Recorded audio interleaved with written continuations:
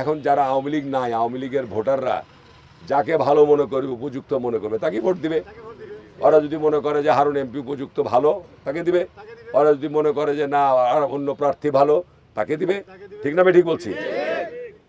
আর সবচেয়ে এখন যেটা বড় প্রয়োজন, যে আগামী দিনে আমাদের মানুষের নিরাপত্তা নিশ্চিত করতে হবে, নাকি? আওয়ামী লীগ করে কে, বিএনপি করে কে, জামাত করে, এটা দেখা দেখি না মানুষ। আমরা তো সবাই তো বাংলাদেশি মানুষ, আমরাকে বাস করতে হবে একসাথে, তাই না? তা আমাদের সবার নিরাপত্তা নিশ্চিত করতে হবে। না আমি বিএনপি করি তার জন্য আমি এই জমি দখল করে নেব, এই আমি বিএনপি করি খবরদার আমার মুখের উপর কথা বলবি না, এই শাসন চলবে না। এটা মানুষ পছন্দ করে না, ঠিক না? ঠিক।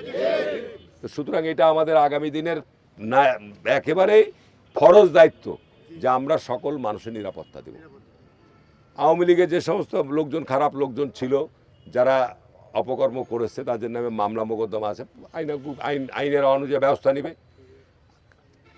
আওয়ামী লীগের লোক তো মানুষকে যে বিচার বহিত হত্যা করেনি, করেছে পুলিশ সরকারের নির্দেশে, তাই না?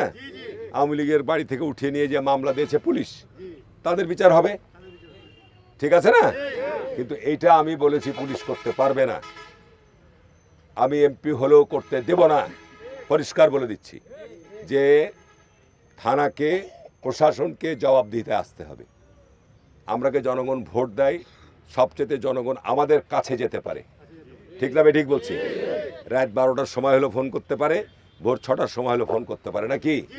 ভোর 6টার সময় হলো বাড়িতে যেতে পারে, রাত 12টার সময় হলো বাড়িতে যেতে পারে, কিন্তু থানা, কোর্ট, কাছারিতে যেতে পারে না, তাদের নির্ধারিত সময় আছে, ঠিক না? এই জন্য তো জনপ্রতিনিধি, জনপ্রতিনিধিদের কাছে জনগণ স্বাধীনভাবে যেতে পারে, দলমত নির্বিশেষে যেতে পারে। একটা আওয়ামী লীগের লোক যদি বিপদে পড়ে, যদি ন্যায্য সে সত্যি বিপদে পড়েছে, সে কিন্তু আমার শরণাপন্ন হতে পারে, তার অধিকার আছে।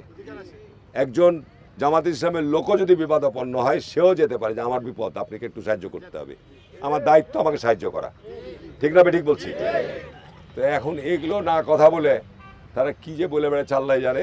আমি এখনো বলে যাচ্ছি, আমি ঘোষণা দিয়েছি, যদি থানা মিথ্যা মামলা গ্রহণ করে বা নেয়, তাহলে থানা ঘেরাও করে বলেছি, করব, প্রয়োজনে করব। যদি মনে করি যে তারা এই ধরনের অপকর্মের সাথে জড়িয়ে থাকছে, তাহলে প্রয়োজনে আপনাকে ডাকলে যাবেন না? জনগণের জন্যই তো করব, আমার জন্য না, ঠিক না? আমার নামে এখন মামলা করা সাহস পাবে না, হবেও না। কিন্তু আপনাদের নামে মিথ্যা মামলা যে কোনো সময় করতে পারে, আপনার প্রতিপক্ষ করতে পারে, আর একজনের প্রতিপক্ষ করতে পারে, ঠিক না?